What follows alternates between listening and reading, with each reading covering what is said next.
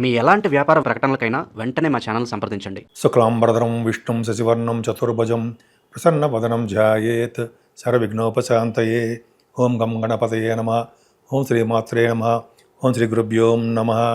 సింహరాశి వారికి 1 ఏప్రిల్ 2026 నుండి 30th ఏప్రిల్ 2026 వరకు కూడా ఎలా ఉండబోతోంది ఈ నెల మొత్తం కూడా సింహరాశి వారికి ఎలా ఉండదో తెలుసుకుందాం. ముఖ్యంగా అంటే ప్లానటరీ పొజిషన్ గురించి తెలుసుకుందాం. ముందర మేషరాశిలో శుక్రుడు, రవి 14 తారీఖు నుంచి వస్తున్నాడండి. ఆయన ఎగ్జాల్టేషన్ ఉంటాడు. మీరు రాశిపతి ఎగ్జాల్టేషన్లో బ్రహ్మాండంగా 3 degrees దగ్గర పరమోక్షలో కూడా ఉంటాడు. చెప్పుకుందాం. 30th నుంచి మీరు బుధుడు కూడా వచ్చేస్తున్నాడు. శుక్రుడు 19th నుండి వృషభ రాశిలోను, మిథున రాశిలో గురుడు ఉండడము, మీ రాశి సింహరాశిలో కేతువు, అలాగే కుజబుధ రాహువులు కుంభరాశిలో ఉన్నారు. అలాగే మీనరాశిలో రవి శని కుజ బుధులు ఉన్నారు. సో ఇది చాలా అద్భుతమైన కాంబినేషన్ అండి. ఇక ముఖ్యంగా కాలసర్ప దోషంలో మన గ్రహాలన్నీ ఉండిపోయాయి ఎక్సెప్ట్ చంద్రుడు. దీన్ని రాహు కేతుల మధ్యలో ఉండిపోయాయి కాబట్టి గ్రహాలన్నీ కూడా సవ్యకాల సర్పదోషము అంటాం. ఈ సర్పదోషాలు అనేవి ప్రజల మీద ఉంటాయి, మన ఇండివిజువల్ వాటి మీద కూడా రాహుకేతుల యొక్క ప్రభావం ఉంటాయి. అంతకంటే ఎక్కువ ప్రభావము ఎవరి మీద ఉంటాయి? రాజకీయ నాయకులు కానీ, దేశాల మధ్యలో కానీ, దేశాల మధ్యలో కానీ, అంటే దేశాల మధ్య యుద్ధ వాతావరణం అటువంటి వాటిని చూపిస్తూ ఉంటారనమాట. కొద్దిగా అంత రాష్ట్రాలు అంటాం కదా, ఇవన్నీ కాంబినేషను వలన మనుషుల మీద ప్రభావం ఎక్కువ చూపించవు. ఈ రాహుకేతువులు మిగతా ప్రపంచం మీద ఎక్కువ ప్రభావం చూపిస్తుంటాయి. సరే పక్క పెడదామండి. ముఖ్యంగా మీ రాశి వారికి ధనప్రాప్తి అద్భుతంగా ఉంది. ఏమాత్రం ఇబ్బంది పడాల్సిన అవసరం లేదు. మీ రాశ్యాధిపతి రవి కూడా చక్కగా ఉచ్చ స్థితిలో బ్రహ్మాండంగా ఉన్నాడు కాబట్టి 10th house లార్డ్తో కలిసినాడు కాబట్టి మీకు చక్కగా చెప్పుకుందాం. ఒకసారి చెప్దాం. అంటే ఉద్యోగం ఆ ప్రొఫెషన్ దగ్గరికి వచ్చాడు చెప్పుకుందాం అండి. కుటుంబ పరంగా, ధనపరంగా ఏమాత్రం ఇబ్బంది పడరు. విద్య పరంగా కూడా మీకు చిన్న ఇబ్బంది కలగడానికి అవకాశం ఉందండి. 4th house లార్డ్ అష్టమంలో ఉన్నాడు. విద్య కోసము దేశాంతరాలకు వెళ్ళడానికి అవకాశాలు ఉన్నాయి.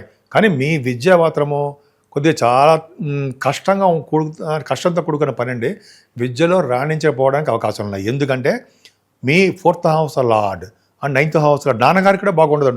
కొంచెం జాగ్రత్తగా చూసుకోండి. నాన్నగారికి కూడా జలగండం ఉంది. సో ఈ 4th house లార్డ్ అంటే విద్య స్థానాధిపతి అయిన కుజుడు మీకు మీనరాశిలో ఉండడం వల్ల, శనితో కలిసి ఉండడం వల్ల మీకు విద్యలో ఆటంకాలు ఎదురవుతాయి. మీరు అనుకున్నంత స్థాయిలో మీరు విద్య రాలేకపోవచ్చు అని చెప్పచ్చండి. కాకపోతే ఏంటంటే మీ తల్లిగారి ఆరోగ్య పరిస్థితి కూడా కొద్దిగా జాగ్రత్తగానే చూసుకుంటూ ఉండాల్సిందే. కానీ మీ సంతానం విషయంలో, అలాగే మీ సంబంధించినటువంటి కళారంగం విషయంలోనూ, అలాగే స్టాక్ మార్కెట్స్ ఏమాత్రం ప్రాబ్లం లేదు. పర్ఫెక్ట్గా బాగుంటారు. ముఖ్యంగా పుత్ర సంతానం కలగడానికి ఎక్కువ అవకాశాలు ఉన్నాయి. వివాహాది వేడుకలు కొద్దిగా ఆలస్యం అవుతాయండి. మీకు రాహు 7వ స్థానంలో కుజుడితో కలిసి ఉన్నాడు. అంటే భార్యాభర్తలు ఎప్పుడు కూడా మనస్పర్ధలు కలుగుతూ ఉంటాయని చెప్తాం కదా. చిన్న మొక్కలో మనస్పర్ధలు కలుగుతూ ఉంటాయి. వివాహాది వేడుకలు తగ్గిపోతూ ఉంటాయి. అంటే దాంపత్య జీవితంలో కొన్ని ప్రాబ్లమ్స్ వస్తూ ఉంటాయి. కొద్దిగా కుజరాహుల వలన కూడా కొద్దిగా భార్యాభర్తలు దూరంగా ఉండడానికి, ఎడబాటు ఉండడానికి అవకాశాలు ఉన్నాయి. కుజరాహుల వలనే కూడా మీకు స్పోర్ట్స్ ఆడడానికి, దూర ప్రాంతాలకు కూడా వెళ్ళడానికి కూడా అవకాశాలు ఉన్నాయండి. ఇది గొప్ప అదృష్టము. 7వ స్థానంలో కళత్ర స్థానమే కాకుండా అదృష్ట స్థానం కూడా చెప్తాం. బుధ రాహుల వలన కూడా సినిమా రంగంలో కూడా మీరు మంచి డెవలప్మెంట్స్ అవ్వడానికి కూడా అవకాశాలు ఉన్నాయి.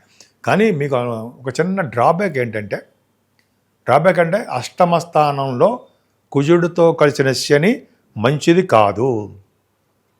30 సంవత్సరాలకు ఒకసారి కలిసేది శని కుజుడు 8వ స్థానంలో ఉండడం వలన మీకు జలగండము, వాహనాల మీద కానీ వాహన ప్రమాదాలు, అంటే కొన్ని సందర్భంలో కొంతమంది ఆత్మహత్యలు చేసుకోవడానికి అవకాశం ఉంటుంది. కానీ భయపడాల్సిన అవసరం ఉండదండి. ఎవరికి ఉండవు. ఎందుకంటే శని కుజులు కాంబినేషను చిన్న ప్రమాదాలు, ఎలక్ట్రిసిటీ, కరెంట్ షాక్స్ కూడా కొట్టడానికి అవకాశం ఉంది. జలగండం కూడా ఉందండి. 8వ స్థానంలో శని కుజులు తప్పు, ఖచ్చితంగా తప్పే. కొద్దిగా జాగ్రత్తగా ఉండాలండి. కానీ 8వ స్థానంలో రవితో కలిసిన బుధుడు ఉన్నాడు సరే, ఆయుర్దాయాన్ని ఇస్తాడు. మీకు ఇంకో విషయం ఏంటంటే ఎంత ప్రాబ్లమ్స్, ఎంత ఇబ్బంది కలిగినా, యాక్సిడెంట్స్ అయినా, చిన్న చిన్న ఒంటి మీద దెబ్బలు తగిలి, గాయాలు తగిలి ఉన్నా సరే మీ ప్రాణానికి ఎటువంటి హాని ఉండదు. ఇది ఖచ్చితం. ఎందుకు? అష్టమ స్థానంలో శని ఉన్నా, అష్టమ స్థానంలో రవి బుధులు ఉన్నా సరే వాళ్ళకి ప్రాణగండం లేనే లేదు. ఇది నా సొంత కవిత్వం కాదు, శాస్త్రం. శుక్రుడు కూడా ఉన్నాడు 10th హౌస్ లార్డ్ శుక్రుడు. వ్యవసాయ రంగంలో బాగా డెవలప్ అవుతారు. అలాగే మీ వ్యాపారంలో బాగా సంపాదించుకుంటారు అంటారు సరే. అలా మీ ఏ వ్యాపారం చేసినా సరే ఎలక్ట్రానిక్స్ కాంపోనెంట్స్ నిష్ణాతులుగా ఉంటారు మీరు. అలాగే ఈ శని కుజుల వలన దేశాంతరాలు వెళ్ళడానికి కూడా అవకాశాలు ఉంటాయి. విదేశం విడిచి విదేశాలకు వెళ్ళిపోతూ ఉంటారు. అంటే రవి వలన కూడా విదేశాలు వెళ్తారండి. ముఖ్యంగా తీర్థయాత్ర చేస్తారు, పుణ్యక్షేత్ర దర్శనం చేసుకుంటారు. ఉన్నతమైన విద్య బాగా వచ్చి తీరుతుంది, అందులో డౌటే లేదండి. అంతేకాకుండా మీ వ్యాపారాలు కూడా దినదిన ప్రవర్ధమానం అవుతూ ఉంటాయి. సరే, ఆ పక్క పెడదామండి. బుధుడి వలన కూడా మీకు ధనప్రాప్తి కలుగుతుంది. విదేశాల నుంచి ధనప్రాప్తి కలగడానికి ఎక్కువ అవకాశం ఉంది. ఇది పక్క పెడదాం. భాగ్యస్థానం గురించి మాట్లాడుకుందామండి. భాగ్యస్థానంలో రవి మంచివాడు కాదు కదా, మంచివాడే.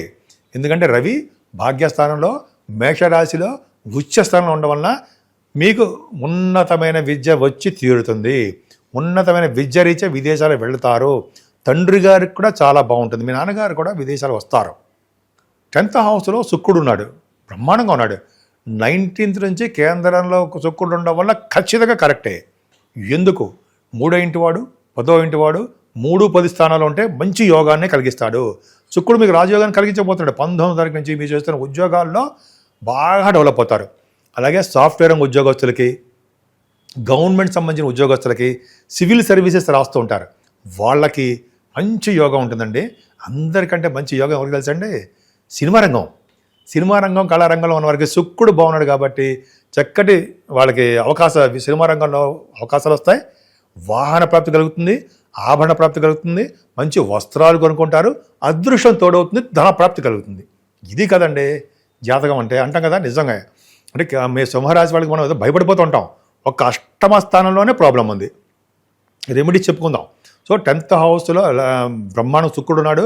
ఇక నుంచి ఏ విధంగా కూడా మీరు ఉద్యోగం పోతుందనో, ఆడవాళ్ళకి చెప్తాను ఉండే, ఉద్యోగం పోతుందనో, ఉద్యోగం రాదేమో అని భయపడాల్సిన అవసరం లేదు. ఉద్యోగం వచ్చి తీరుతుంది. ఉద్యోగంలో ప్రమోషన్స్ కూడా వస్తాయి. భయపడాల్సిన అవసరం లేదు. హ్యాపీయెస్ట్ పర్సన్గా ఎవరంటే మీరే. సరే, లాభస్థానంలో గురుడు కూడా లాభాలు అనుకున్నాం కదా.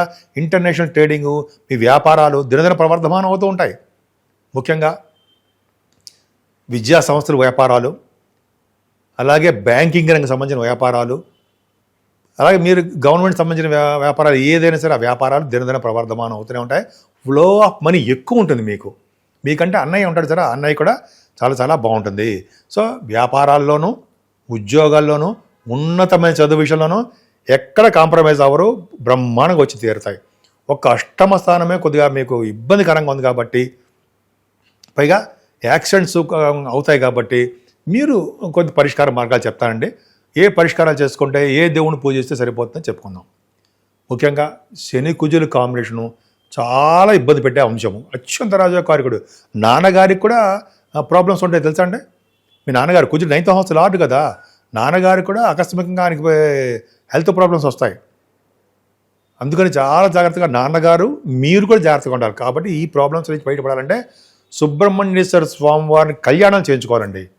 సుబ్రహ్మణ్యేశ్వర స్వామి కళ్యాణాలే మనకి ఆ రక్ష. అత్యంత రాజకారికుడు. పైగా శనీశ్వరుడికి తైలాభిషేకాలు చేసుకుంటూ, శివాభిషేకాలు ఎవరైతే చేసుకుంటూ ఉంటారో వాళ్ళకి సర్వదా భగవంతుడు కాపాడుతూనే ఉంటాడు. శివాభిషేకాలు చేసుకోవడము, సుబ్రహ్మణ్య స్వామి ఆరాధన చేసుకోవడము, శనీశ్వరుడికి ఒక 7 వారాలు శనివారం తైలాభిషేకం చేసుకోవడం వలన చక్కటి ఆరోగ్యవంతులుగా ఉంటారు. నేను ఆది ఆస్తుల నుంచి మాట్లాడుతున్నాను, ఆదినారాయణరావు. మీకు మీ వ్యక్తిగత జాతకాలు చూపించుకోవాలనుకుంటే మీరు నేను సంప్రదించండి. కింద స్క్రోల్ అవుతుంది ఆ నెంబర్కి మీరు ఫోన్ చేయొచ్చు. వాట్సాప్లో కూడా పెట్టచ్చండి. మీ date of birth, time of birth, place of birth 3 ఉండాలి. సో దీనివల్ల మీకు ఏమి కావాలంటే అవన్నీ కూడా మన జాతకంలోనే క్లియర్గా తెలిసిపోతుంది. 36 years నుంచి నాకు ఇందులోనే ఉన్నాను. ప్రొఫెషనల్గా నేను కాస్ట్ అకౌంటెంట్. ఈ విధంగా నాకు డెప్త్ నాలెడ్జ్ ఉందని అనుకుంటున్నాను, చెప్పచ్చు, నేను చెప్పగలను కూడా. డెప్త్ అనకూడదు, కొద్దిగా నాలెడ్జ్ ఉంది కాబట్టి చెప్పగలను. నేర్చుకోలేదు చాలా ఉందండి, కాబట్టి తక్కువ. నిరంతర విద్యార్థినే నేను కూడా. సో ఈ విధంగా మీకు తప్పకుండా పరిష్కార మార్గాలు అన్నీ చెప్తాను. వాస్తు శాస్త్రంలో కూడా, వాస్తులో కూడా మీకేమైనా సలహాలు కావాలన్నా, మీకేమైనా కొన్ని సమస్యలున్నా మీరు చెప్పండి, నేను పరిష్కార మార్గాలు కూడా సూచిస్తాను.